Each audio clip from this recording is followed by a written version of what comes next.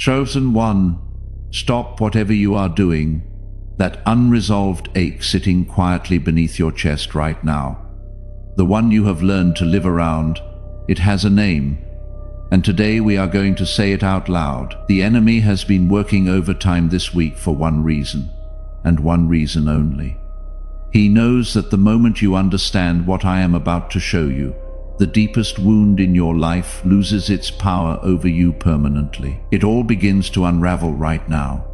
The emotional cycles, the patterns you cannot seem to break, the relationships that keep ending the same way, the version of yourself you keep almost becoming, but never quite reaching. But hear me clearly, this is not ending because of coincidence. It is ending because you were ready enough to be brought here today. Think back to this week. Maybe there was a conversation, a memory that surfaced without warning, something that reminded you of her and left you sitting with a feeling you could not fully name. Maybe it was something small, a tone of voice you used with someone you loved that stopped you cold because for a split second it sounded like hers. Or maybe you woke up recently with a heaviness that had no obvious origin, and somewhere beneath the silence, you knew it was connected to something older than anything happening in your life right now. You did not find this message by accident. The algorithm did not bring you here. The Holy Spirit did. This is a divine appointment that was written before the foundations of the earth were laid. You are standing at the threshold of the most important healing of your entire life. Stay until the very last second of this message, because in the next few minutes, I am going to hand you the revelation that reframes your entire origin story. I am going to walk you through the exact dynamic that has been operating in the background of every relationship, every decision, and every version of yourself you have tried to build. And at the end, I am going to give you a declaration that severs the invisible cord that has been pulling you backward every time you tried to move forward. Do not click away. Your future self, the healed one, the free one, the one who finally understands why they are the way they are, is standing on the other side of this message, begging you to stay. I know what the last several days have felt like. Something has been stirring beneath the surface. It is not quite grief, and it is not quite anger. It is something older, something that lives in the part of you that was formed before you had words for what was happening to you. Maybe you have been doing the work, reading the books, going to therapy, doing the journaling, saying the affirmations, and yet something keeps returning. Some pattern, some fear, some way of shrinking or overextending, some inability to receive love without bracing for its withdrawal. And you have started to wonder quietly, in the privacy of your own mind, whether this is just who you are. That is the lie the enemy has planted. He has been whispering a very specific deception in the space between your thoughts. He is telling you that the reason you cannot seem to fully heal is because something is fundamentally broken inside of you. He is replaying moments in your mind, that time you pushed someone away who loved you, that time you stayed too long in something that was hurting you, that time you chose silence when you needed to speak or spoke when you needed to be still. And he is building a case. He is filing it under your name and labeling it permanent. But I need you to hear what the scripture actually says about this moment.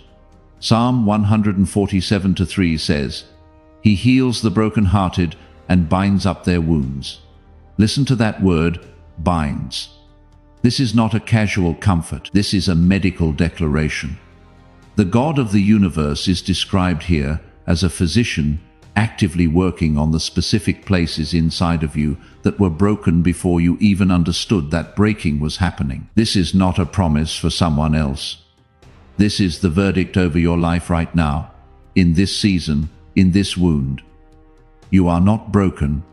You are in the process of being bound. The heaviness you have been carrying is not evidence of your failure to heal. It is evidence that the healing has reached the deepest layer. The pressure you feel is not punishment. It is the sensation of something that has been infected for decades, finally being drawn to the surface so it can be removed. You thought the wound was about her choices, but the revelation I am bringing you today is this: it was never about what she did or did not do. It is about what you concluded about yourself because of it. And that conclusion, the one you formed as a child, that conclusion has been running your life from the shadows. That is what ends today, not because you finally figured out how to be strong enough to push past it, but because the Most High has scheduled this moment of clarity as the turning point in your story. You did not stumble onto this message. You were led here, and now the work begins. Type it with the part of you that has been waiting to finally be seen. What you concluded about yourself, that is the root. Not the wound on the surface that everyone can see. Not the behavior pattern that your therapist helped you name. Not even the relationship that broke you open and left you reeling. The root is a far more insidious and personal thing. It is the verdict you quietly handed down against yourself in the echoing silence after the storm of the past.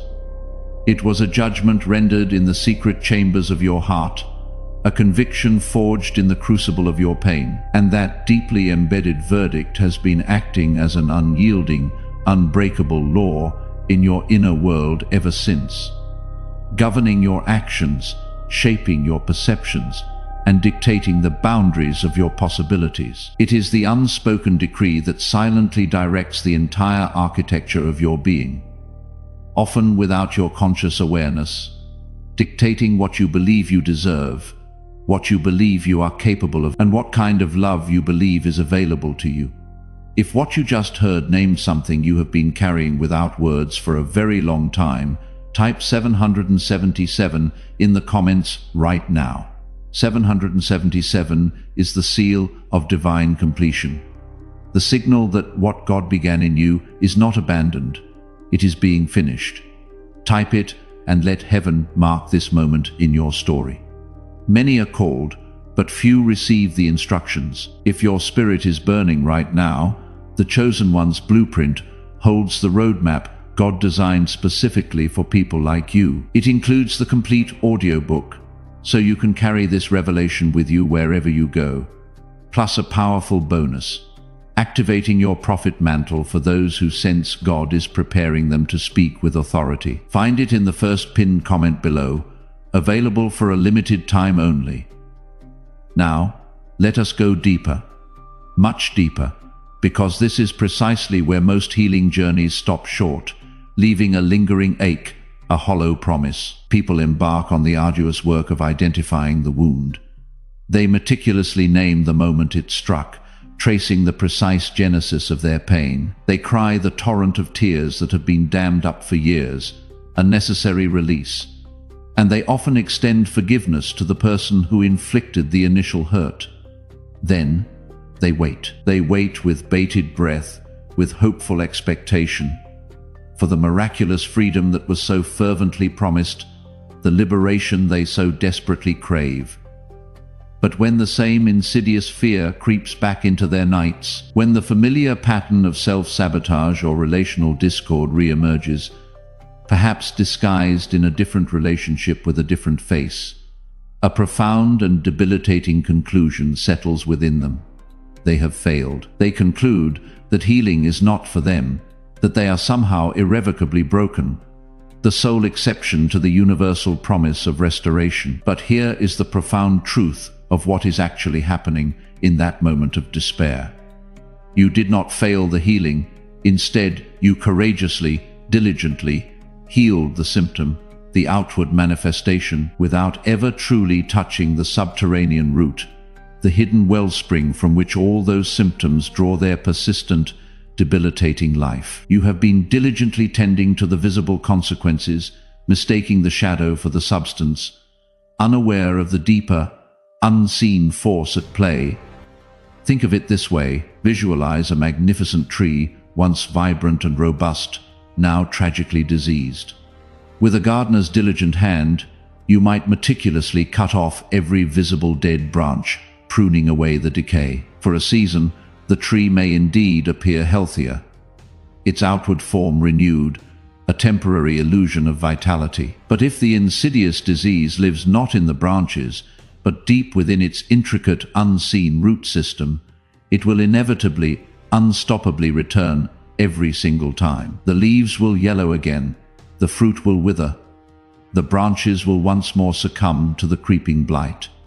Not because the tree is cursed by some cosmic decree or inherently flawed in its essence. It returns because the very source of its affliction, the hidden heart of the problem, was never truly addressed. You, in your earnest efforts, have been tirelessly pruning branches, tending to the symptoms that appear on the surface. But what God, the divine botanist, is asking you to do right now in this sacred, transformative moment is to allow Him to reach down, to penetrate the very earth of your being, and to tend to the root itself. As Jeremiah 17:8 reminds us, a blessed person is like a tree planted by the water, sending out its roots by the stream, unafraid of heat, its leaves always green, unburdened by drought, never failing to bear fruit. This profound imagery contrasts sharply with the diseased tree, highlighting the critical importance of a healthy, divinely connected root system. Your true health, your lasting fruitfulness, depends not on superficial adjustments, but on a deep, radical excavation of what lies beneath. Someone is still pruning branches right now, still returning to the same books, the same therapists, the same practices, doing everything right, and still finding that something deeper does not shift, still wondering in the quiet of their most honest moments whether healing is actually available to them, or whether they are simply the exception to the promise. That person has not yet found a message that goes below the symptom and names the root. This mission exists to reach them. Through the link in the description or the pinned comment, you can sow a seed into the work that sends this word further, not into a channel, into the lives of people still mistaking the shadow for the substance, still pruning branches while the root remains untouched. A coffee, a one-time gift, a monthly place in the inner circle that keeps this mission moving. Every level carries the same declaration that someone else's root-level healing matters enough to plant toward. As you release this seed, bring with you the specific verdict you have been holding against yourself. Not a list, just the one conclusion you formed in the quiet aftermath. The one that has been running things from the shadows longer than you want to admit. Place it inside this act of releasing, and trust that the God who is the divine botanist is already reaching toward the root of it, in you and in the person this seed is about to find. What has been infected for decades is being drawn to the surface now, and it is not as deep as the silence has made it feel. And that root, that foundational bedrock of your internal operating system, is a belief, not a fleeting thought, but a single, deeply embedded, often unconscious belief that solidified and took hold in the earliest moments of wounding, particularly within the context of your formative relationship with her, your mother, or the primary maternal figure in your life. This belief, like an ancient powerful spell whispered into your subconscious, articulates several core narratives. It whispers, "I am not safe to be fully known," causing you to guard your true self with an almost impenetrable vigilance, fearing exposure as a prelude to abandonment or rejection. It asserts, "Love is something I must constantly earn and meticulously maintain through ceaseless performance, or it will inevitably be withdrawn, trapping you in an exhausting cycle of people-pleasing, overachieving, and an unending quest for external validation." It declares with a crushing finality, "The real version of me, the unguarded, the unpolished, the unmanaged, spontaneous version of my soul, is either too much for others to handle, or paradoxically, not enough to truly be cherished, or perhaps even both at the same time." This internal conflict creates a devastating split where your authentic self is deemed unacceptable, and every single relationship you have subsequently entered since that formative period, you have unwittingly brought this powerful, unspoken belief into it, like a hidden contract, a secret clause in the terms of engagement. If those three beliefs just landed somewhere specific inside you, if one of them in particular felt less like a description and more like a confession, Type 444 in the comments right now. 444 is the number of divine protection and foundational restoration.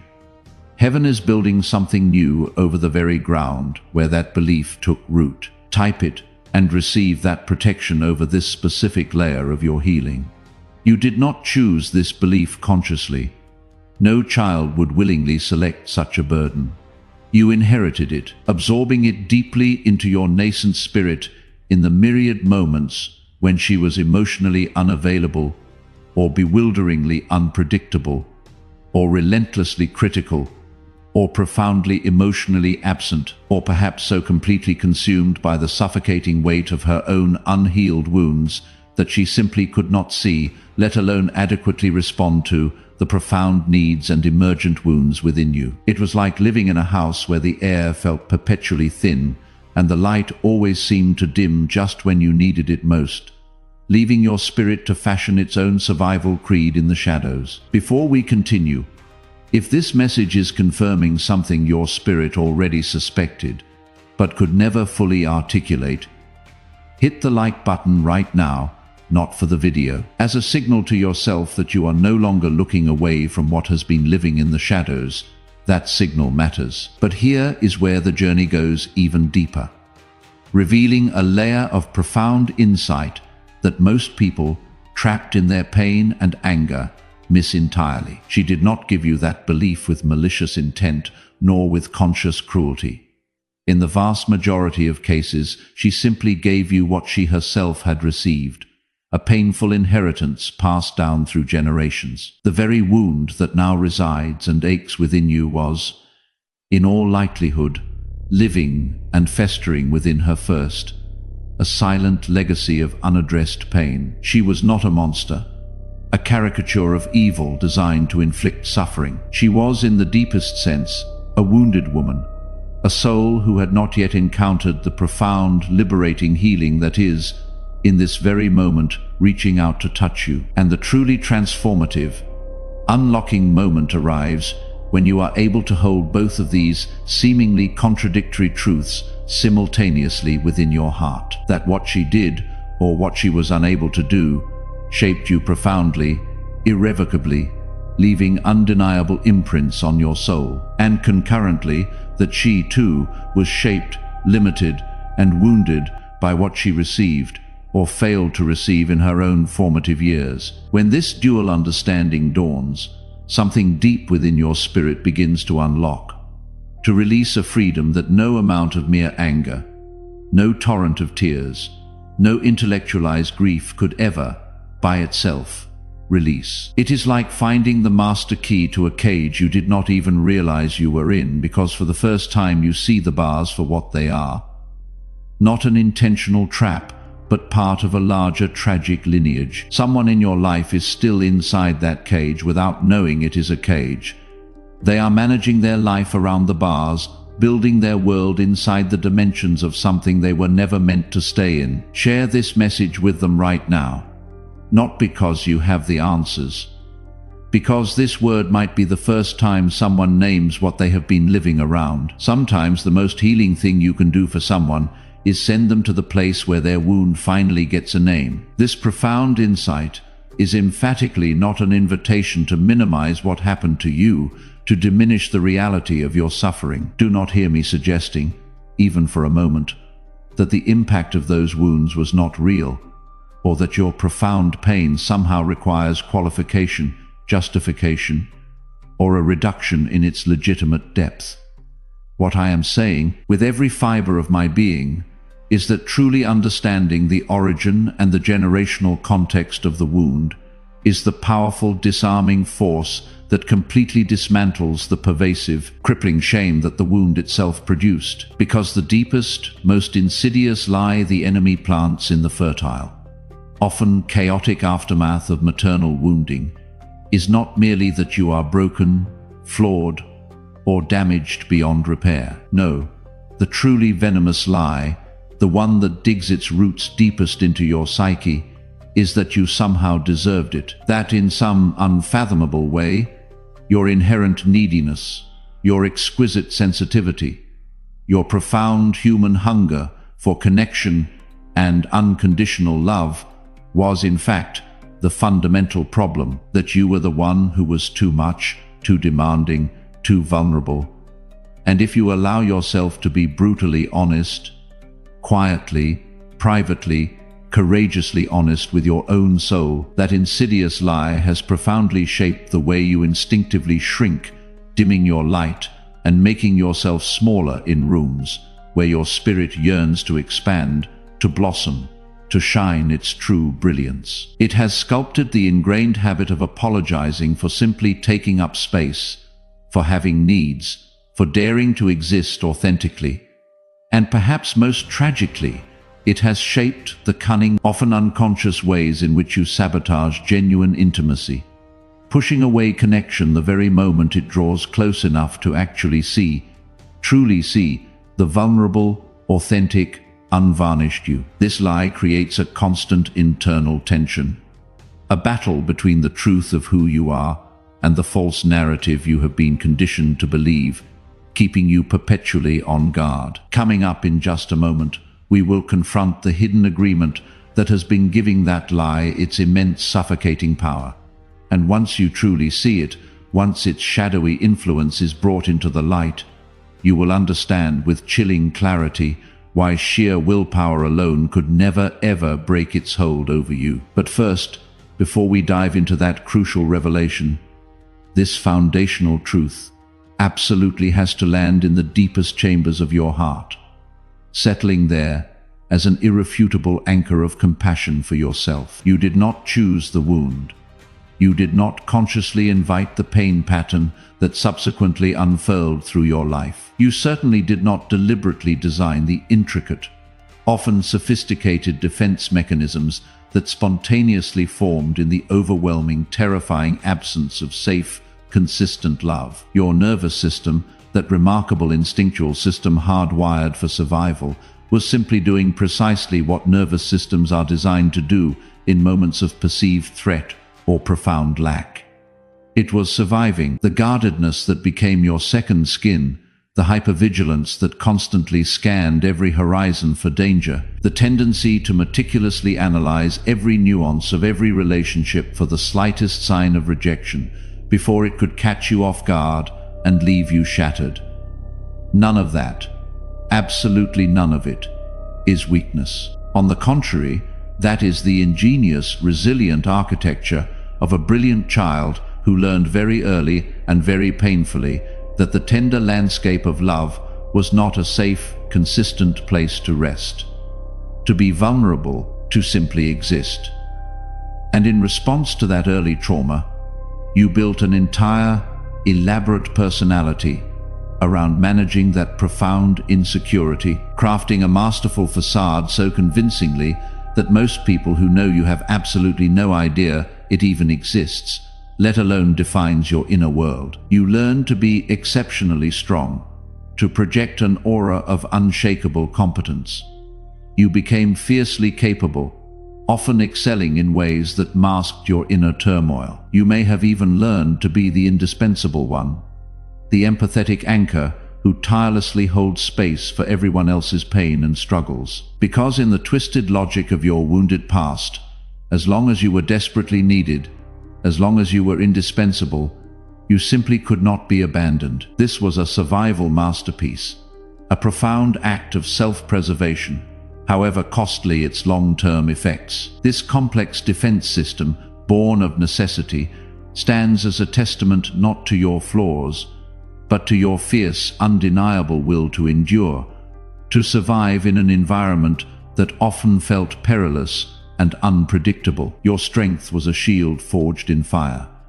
But like all shields, it eventually began to obscure as much as it protected. But here is the profoundly uncomfortable truth, the part no one ever truly wants to hear, the realization that often rattles the very foundations of our self-perception. That very version of strength, that meticulously constructed edifice of self-sufficiency, ultimately became its own insidious prison.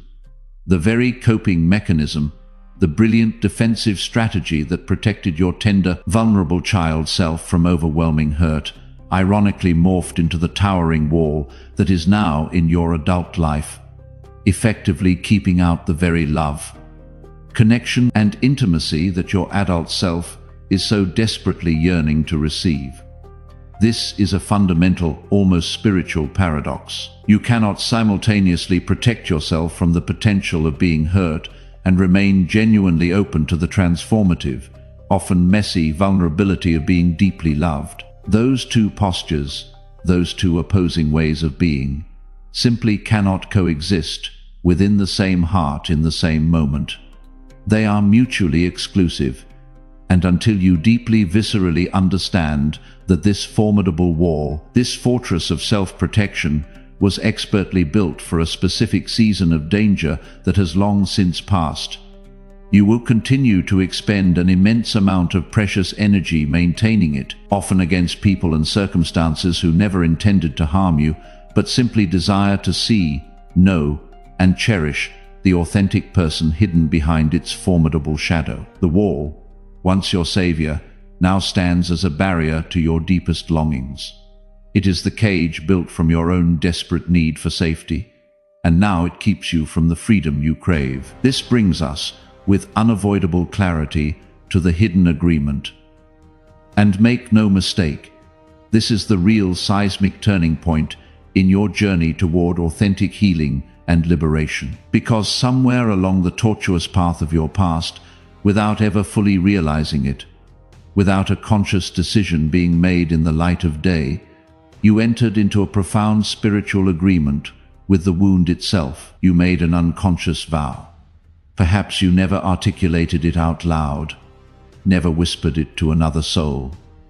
Perhaps you did not even think it consciously, did not form the words in your waking mind. But in the harrowing aftermath of the pain, in those desolate moments when the last tears dried and a steely resolve began to set in, deep within the quiet, guarded chambers of your heart, you said something to yourself that, at the time, felt like undeniable wisdom, an astute strategy for future survival. You declared, "Never again." You vowed, "I will not need anyone like that again.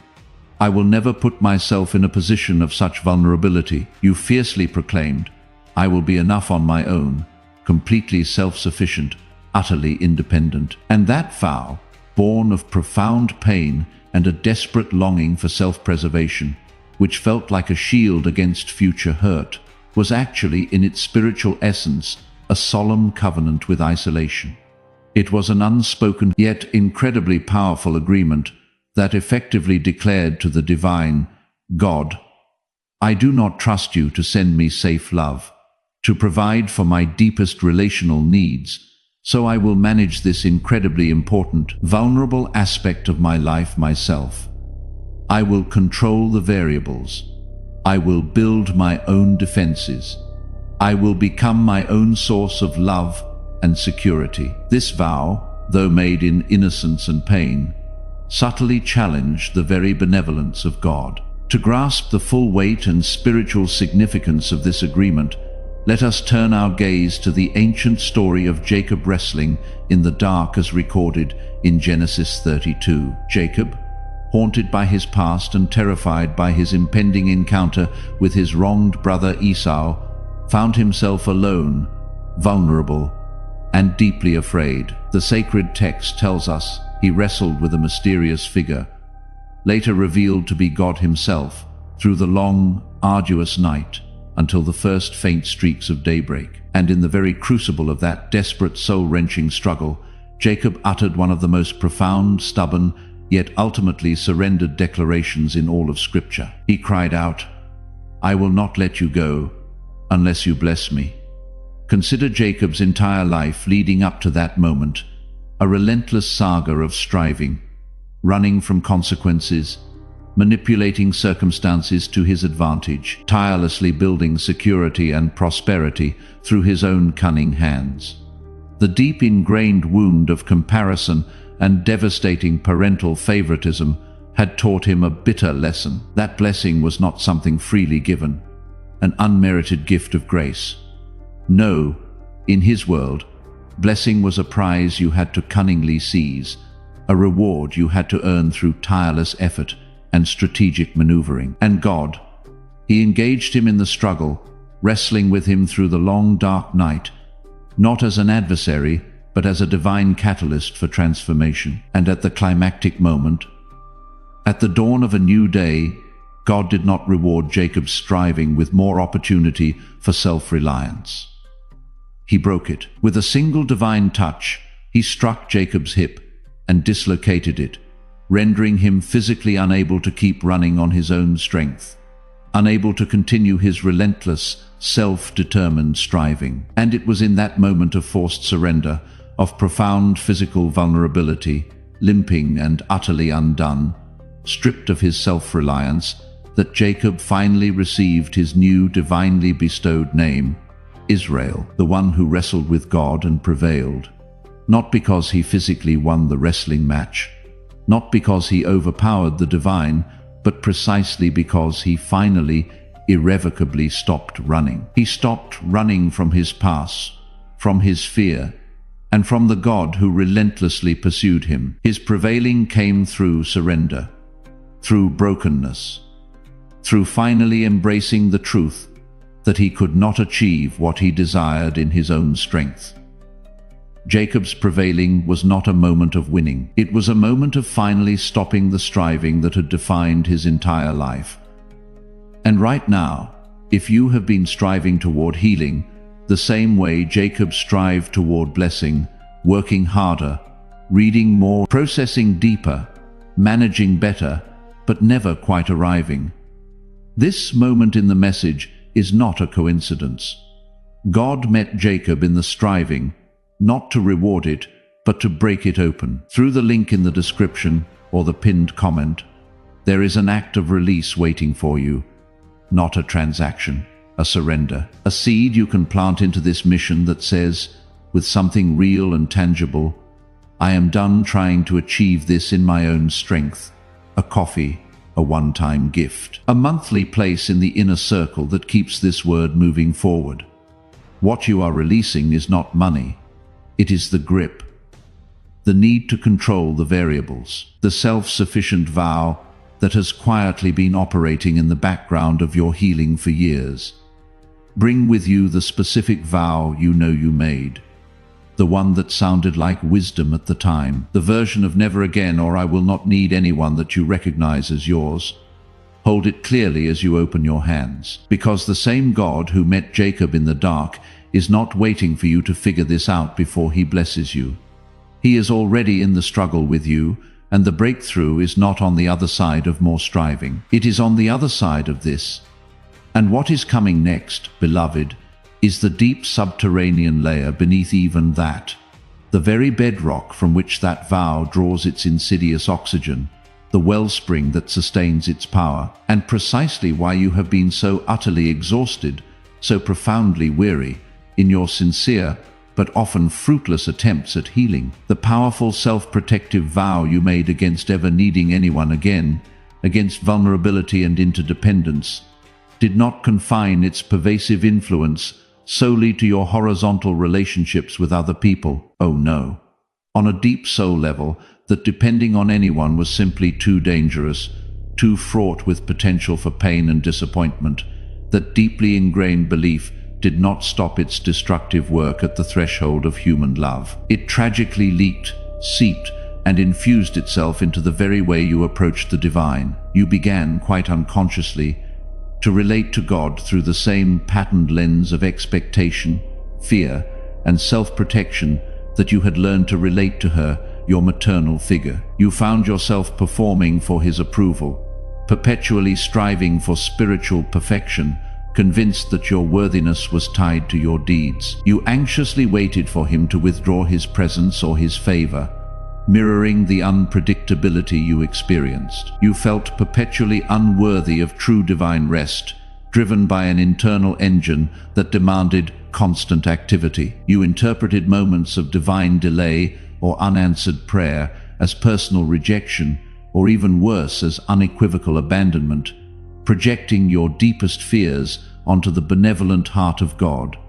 And so tragically, even your profound faith, which was intrinsically meant to be the unwavering source of your deepest healing, Your ultimate refuge became filtered and distorted through the very same wound that desperately needed healing in the first place. You were in essence reading the boundless, unconditional nature of God through the narrow, often painful lens of her human limitations, her failures, her own unaddressed wounds. And let me be unequivocally clear, that is not the God of Scripture, the revealed, loving, compassionate Father. That is a false, distorted image, an idol built from the fractured fragments of human failure and your own pain. You unknowingly cast God in the image of your trauma. The true God, the one who majestically heals the brokenhearted and binds up their wounds, does not heal conditionally, nor does he offer his love with caveats or performance clauses. He does not, under any circumstance, withdraw his loving presence when you struggle, when you falter, when you make mistakes, or when your faith wavers. He does not love you more when you meticulously perform your religious duties or achieve spiritual milestones.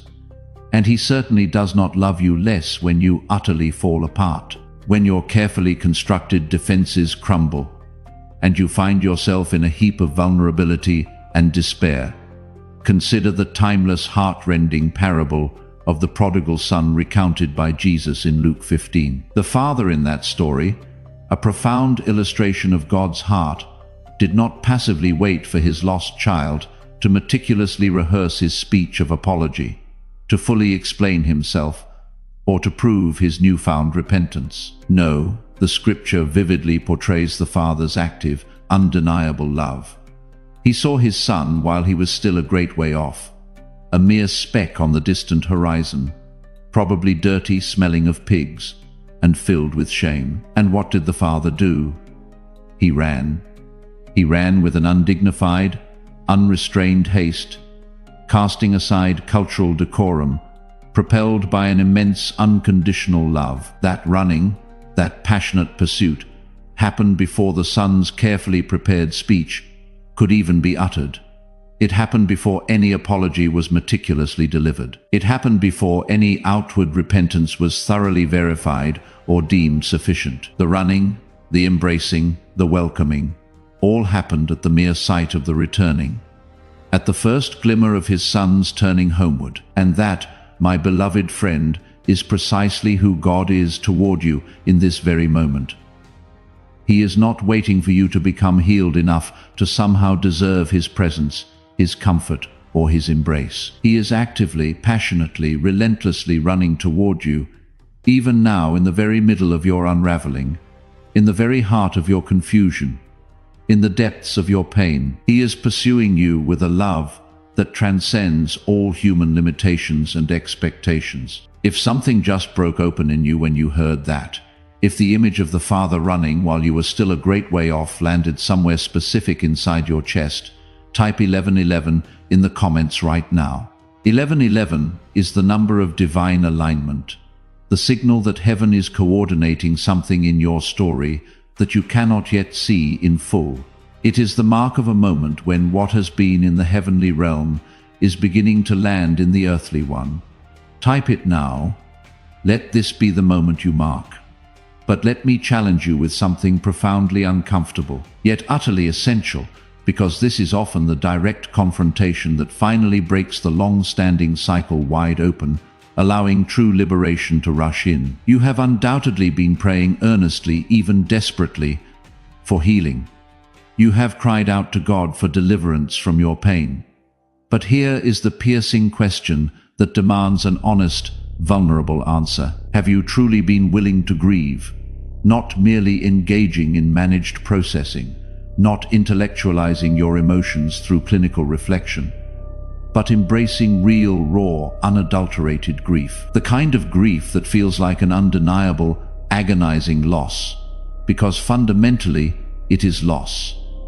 It is the profound, aching loss of the mother you desperately needed, yearned for, and tragically did not have. It is the irretrievable loss of the childhood that should have been different, a tapestry woven with safety, unconditional love, and nurturing presence, rather than fear, or absence. It is the loss of the vibrant, unburdened version of you that might have existed, might have flourished, if the wound had never formed its indelible mark on your soul. Many people instinctively recoil from this depth of grief. They bypass it or suppress it because acknowledging such profound loss feels dangerously close to weakness and intolerable surrender. Or perhaps even more terrifying, grieving it truly means acknowledging with full measure how deeply, irrevocably it mattered, how fundamentally it shaped your very being. And acknowledging how deeply it mattered means admitting squarely and unflinchingly how much devastating power it actually had over you. But here is a spiritual truth. Ungrieved loss does not simply disappear into the ether. It does not dissipate or magically resolve itself. Instead, it moves. It subtly, insidiously relocates, embedding itself into the very fabric of your body, manifesting as inexplicable aches or chronic tension. It infiltrates your unconscious choices, dictating patterns you cannot seem to break. It settles into the inexplicable sadness that descends like an uninvited guest on days when, by all logical accounts, everything is technically fine, leaving you bewildered and drained. As Jesus himself proclaimed, "Blessed are those who mourn, for they will be comforted." Matthew 5-4. This profound paradox reveals that comfort is found not in avoiding grief, but in fully embracing it. You absolutely cannot truly heal what you are unwilling or unable to mourn with the depth and honesty it demands. Stop here for just a moment. If what you just heard is naming something you have been bypassing, something you have been managing instead of truly feeling, type 333 in the comments right now. 333 means you are not alone in this. The grief you have been afraid to enter is not a place of no return. It is the threshold of the comfort that was promised. You do not have to grieve alone. Type it and let heaven be present with you in this. And the profound permission to mourn, to weep openly, to rage against the injustice of what was lost, is not a concession to weakness, nor is it a self-indulgent act. It is, in fact, an act of radical, courageous honesty before God, an unvarnished surrender of your brokenness into His compassionate, healing hands. What was just named, the permission to grieve, the permission to mourn what was lost without justifying or minimizing it, that permission is not just for you.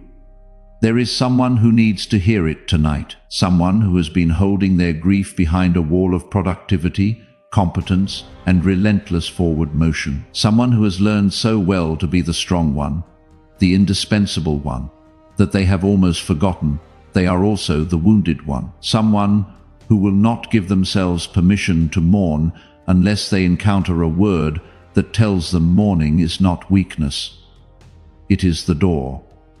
This message exists to reach them. Through the link in the description or the pinned comment, you can sow into the mission that keeps this word moving forward. A coffee, a one-time gift, a monthly place in the inner circle of people who believe that root-level healing, not symptom management, is what this generation needs. As you plant this seed, bring with you the grief you have not yet allowed yourself to fully enter. Not the wound itself, but what the wound cost you. The childhood that should have been different, the version of you that might have flourished, the love you needed and did not receive. Hold it, and instead of managing it one more time, release it into this act of letting go, because grief and surrender share the same motion. Both require you to stop holding the wound closed, and finally let it be seen. You cannot truly heal what you are unwilling to mourn, and you are not as far from mourning as the wall has made it feel. And here is the final, most surprising revelation.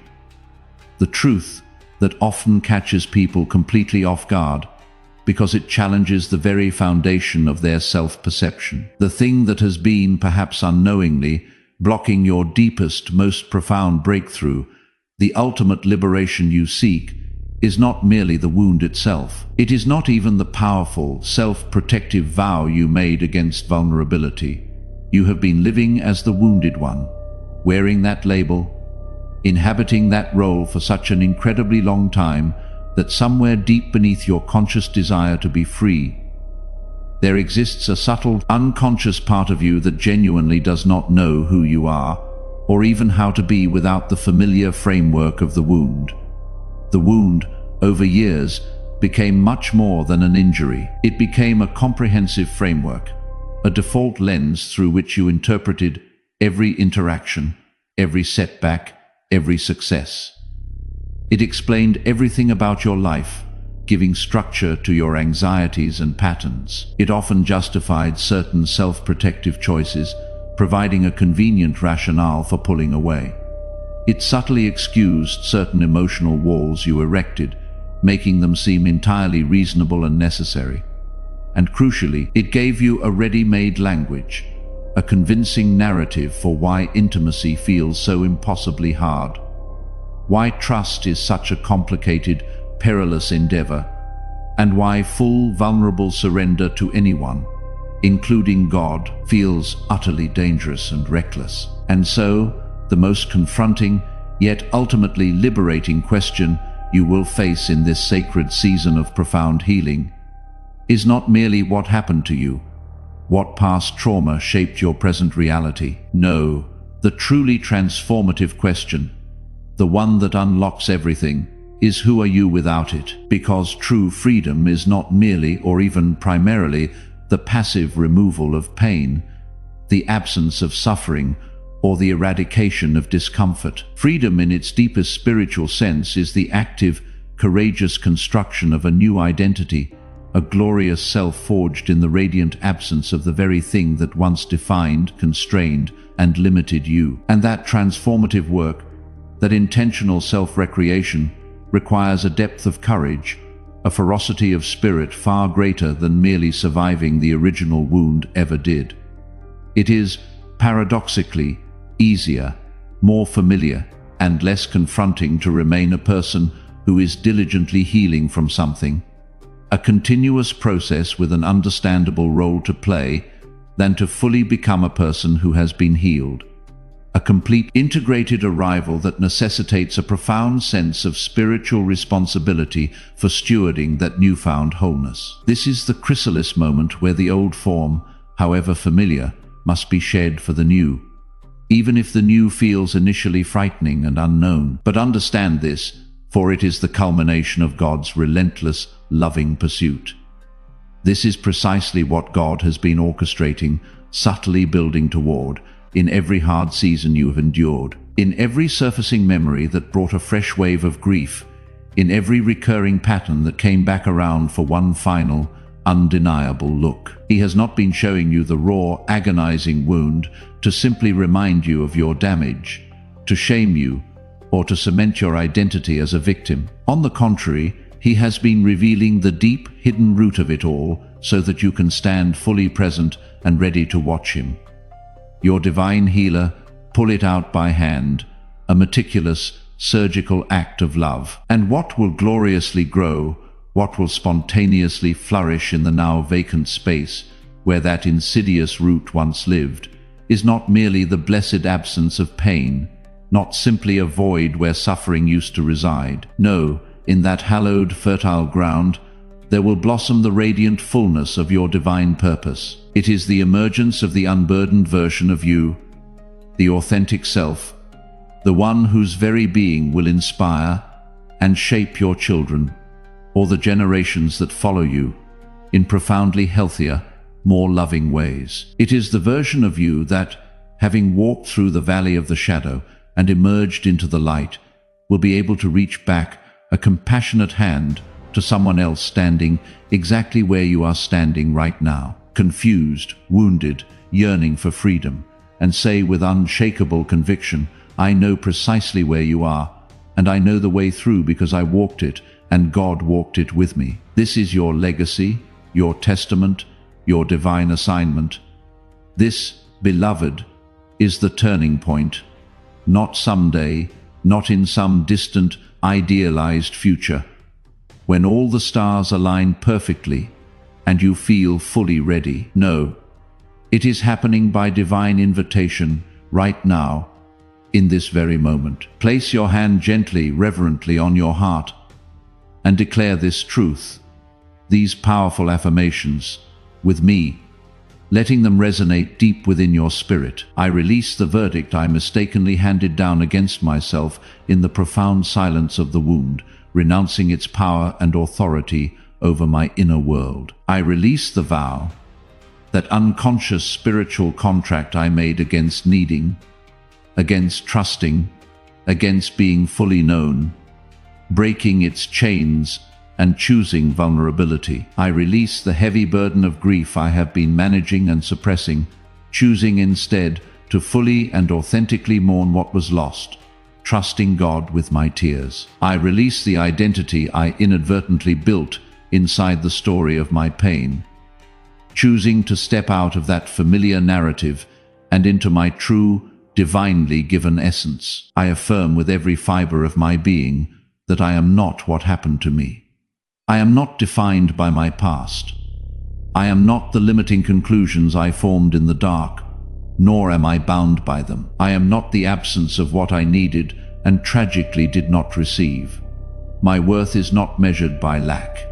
Instead, I declare that I am the one the Most High God, in His infinite, relentless love, has pursued across every winding detour, through every painful breakdown.